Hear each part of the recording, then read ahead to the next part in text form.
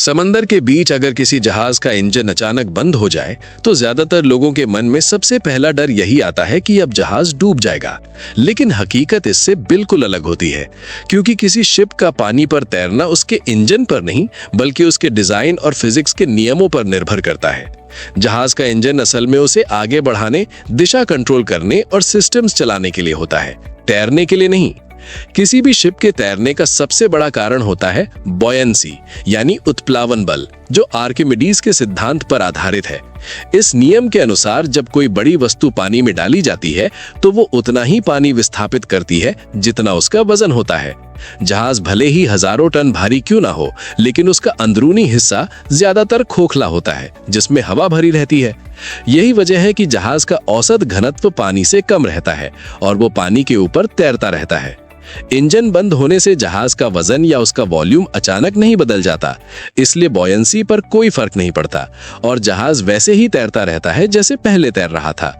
Engine बंद होने पर सिर्फ इतना होता है कि जहाज की अपनी आगे बढ़ने की ताकत खत्म हो जाती है, लेकिन समंदर की लहरें, हवा और करंट उसे धीरे धीरे आगे पीछे या किसी दिशा में बहा सकते हैं।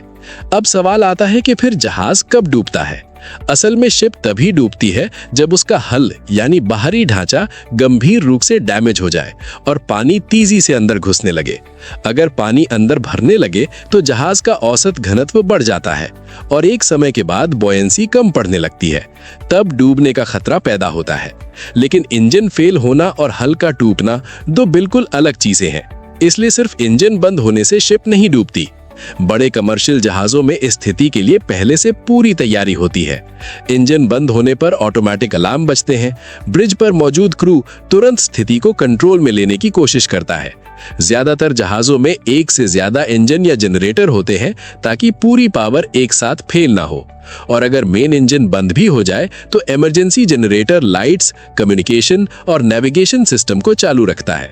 इसके अलावा जहाज के अंदर वाटर टाइट कंपार्टमेंट्स होते हैं, यानी शिप को कई अलग अलग हिस्सों में बांटा जाता है।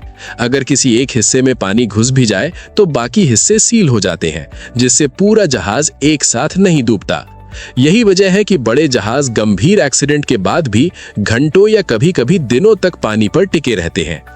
अब अगर इंजन बंद होने के साथ साथ मौसम खराब हो जाए तो खतरा जरूर बढ़ जाता है, क्योंकि जहाज लहरों के कंट्रोल में आ जाता है। लेकिन तब भी डूबने का कारण लहरें नहीं बल्कि स्ट्रक्चरल डैमेज या पानी का अंदर आना होता है। आम आदमी को यह समझना जरूरी है कि इंजन शिप का दिल नहीं बल्कि पैर होता है।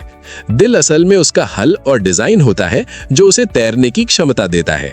इसलिए समुद्र के बीच इंजन बंद हो जाना एक गंभीर स्थिति जरूर है, लेकिन इसका मतलब ये नहीं कि जहाज तुरंत डूब जाएगा, बल्कि असल लड़ाई तब शुरू होती है जब क्रू पानी के अंदर घुसने से रोकने और जहाज की स्टेबिलिटी बनाए रखने में जुट जाता है। और यही इंजीनियरिंग और समुद्री विज्ञान की असली ताकत है, जो हजारों टन वजनी जहाजों को इंजन बंद होने के बाद भी पानी पर टिकाए रखती है।